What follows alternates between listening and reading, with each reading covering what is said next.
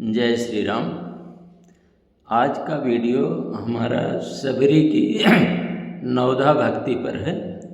यह भक्ति भगवान राम ने सबरी को बताया था।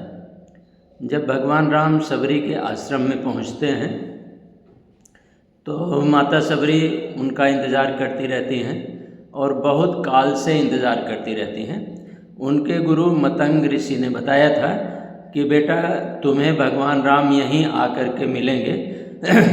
अपने अंतिम वक्त में जब मतंग ऋषि मरने लगे तो सबरी ने कहा कि गुरुजी, मैंने एक पिता को छोड़कर आपको प्राप्त किया था और आप भी हमें छोड़कर जा रहे हैं, अब मैं किसके सहारे रहूँगी। तो मतंग ऋषि ने कहा था कि बेटा तुम भगवान राम के सहारे रहना। तो सबरी ने पूछा कि गुरुजी भगवान राम कहाँ मिलेंगे। तो गुरुजी ने कहा कि भगवान राम तुम्हें यहीं आकर मिलेंगे, तुम बस इंतज़ार करना, भगवान राम आकर तुमसे मिलेंगे। तो भगवान का इंतज़ार करते करते करते सबरी बूढ़ी हो गई और आज वह दिन आ गया कि भगवान राम खुद आए हुए हैं और सबरी से मिलते हैं। माता सबरी उनका बड़ा स्वागत करती हैं, खिलाती पिलाती हैं और उसके बाद उनकी प्रार्थना करती हैं। कहती हैं कि हमें प्रार्थना पूजा भक्ति कुछ नहीं आती, आप मुझे भक्ति के बारे में बताएं। तो भगवान राम ने सबरी को नवधा भक्ति बताई थी। नवधा भक्ति 9 प्रकार की भक्ति, और वह भक्ति जिसको अपनाकर कोई भी व्यक्ति अपना जीवन अच्छा ईश्वर में लीन ऐसा कर सकता है, ऐसा भगवान राम ने स्वयं कहा हुआ है। तो नवधा भक्ति क्या है? वास्तव में जो नवधा भक्ति है वह 9 तरह के आचरण हैं। मनुष्य के आचरण को बेहतर होना ही नवधा भक्ति है। अभी हम देखते हैं एक एक करके वो क्या है। उसमें कहीं भी ये नहीं है कि भक्ति के लिए आप मंदिर चले जाइए, फूल तोड़ लीजिए या कुछ करिए। भगवान राम खुद कहते हैं कि प्रथम भगत संतन कर संगा, अर्थात पहली भक्ति वह है जिसमें आप संतों की संगत कीजिए, जिससे आपके मन में ईश्वर अनुकूल विचार उठ सकें, आप ईश्वर के बारे में सोच सकें, समझने की कोशिश करें। तो पहली भक्ति वहीं से आती है जब आप सत्संगत को प्राप्त करते हैं। बिना सत्संगत के कहते हैं कि ज्ञान नहीं होता है। तो भगवान राम ने भी कहा कि प्रथम भगत संतन कर संगा, पहली भक्ति इंसान को संतों का संगत करनी चाहिए। और दूसर रति मम कथा प्रसंगा, दूसरी भक्ति भगवान ने कहा कि मेरे कथा प्रसंग में, मेरे में रति हो, अनुराग हो, उसको समझने की इच्छा हो, उसमें लीन होने की तमन्ना हो, वही भक्ति जो है ईश्वर ने बताया कि वह दूसरी भक्ति है। और जब तक मनुष्य सब कुछ छोड़ करके ईश्वर में लीन होने के लिए, उनकी प्रेरणा प्राप्त करने के लिए उनके व्यवहार को, उनके जीवन को सुनता नहीं, समझता नहीं, तब तक उसे ज्ञान नहीं हो सकता है। और फिर आगे कहते हैं कि गुरुपद पंकज सेवा, तीसर भक्ति अमान, चौथी भगति मम गुणगन, करे कपट तज गान। गुरु की सेवा ही वह तीसरी भक्ति है जिसे करके प्राप्त किया जा सकता है। क्योंकि गुरु गोविंद तो एक हैं। कबीरदास जी कहते हैं कि गुरु गोविंद तो एक हैं, दूजा दुख अपार, आपा में जीवित मरे तब पावे करतार। जब तक आपको गुरु नहीं प्राप्त होता, गुरु का शाब्दिक अर्थ है, गु का मतलब है अंधकार, रो का मतलब निरोधन, जो अंधकार से आपको प्रकाश की तरफ ले जाए, माया से आपको ईश्वर को ले जा करके मिला दे, वही गुरु है।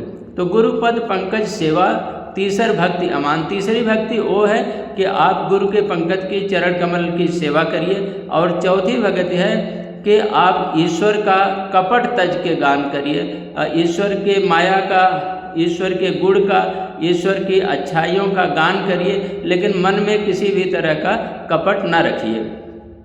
5वीं भक्ति बताते हैं कि मंत्र जाप मम दृढ़ विश्वासा, पंचम भजन सो वेद प्रकाशा।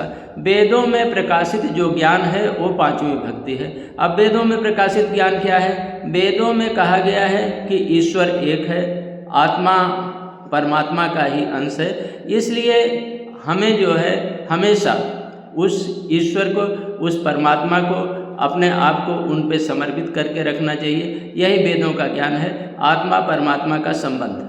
मोटी मोटा यही वेदों का कहना है कि आत्मा परमात्मा का ही अंश है। तुलसीदास भी कहते हैं, ईश्वर अंश जीव अविनाशी, सहज सखन मम चेतन राशि। यह जीव जो है उसी परमात्मा का अंश है, उसी का रूप है। तो ये पांचवी भक्ति हुई कि जो वेदों में प्रकाशित ज्ञान है उसी को मनन करिए, ध्यान करिए और अपने जीवन में उतारिए। और छठवीं भक्ति बताते हैं कि छठ दम शील विरत बहुकर्मा, निरत निरंतर सज्जन धर्म। तो छठवीं भक्ति है कि अपने अंदर की जो बुराइयां हैं उनका दमन करिए, उनको रोकिए और अच्छाइयों को अपने अंदर आने दीजिए। इससे ये होगा कि जो मल, जो गंदगी आपके दिमाग में, आपके मन मस्तिष्क पे बैठी हुई है, जो दुनियादारी आपके दिमाग में बैठी हुई है, उसे ख़त्म हो जाएगी और एक दिन आप ईश्वर में तल्लीन हो जाएंगे, ईश्वर में मन लगा लेंगे। तो छठ दमशील विरत बहुकर्मा, विभिन्न प्रकार के माया से सृजित विभिन्न प्रकार के कर्मों से विरत हो जाइए, विरत बहुकर्मा। और निरत निरंतर सज्जन धर्म, और जो सज्जन लोग जिस धर्म का आचरण करते हैं, जो कार्य करते हैं, उसी को अपनाना ही छठवीं भक्ति है। और सातवीं भक्ति उन्होंने कहा कि सातों मोहिसम कर जग देखा और मोते अधिक संत कर लेखा, कि मेरे ही समान इस संसार को, पूरा संसार मेरा ही सृजन समझिए, मेरी ही व्याप्ति समझिए और मुझसे अधिक संत के जो कर्तव्य हैं, संत लोग जो काम करते हैं, उसका महत्व मुझसे अधिक दीजिए। आठम यथा लाभ संतोषा, दुनिया में जितना लाभ हो जाए, जो भी मिल जाए, उसी से संतोष प्राप्त कर लीजिए। आठम यथा लाभ संतोषा, सपने नहीं देखिए परदोषा, स्वप्न में भी दूसरे के दोष को ना देखिए। ये आठवीं भक्ति बताया है भगवान श्री राम ने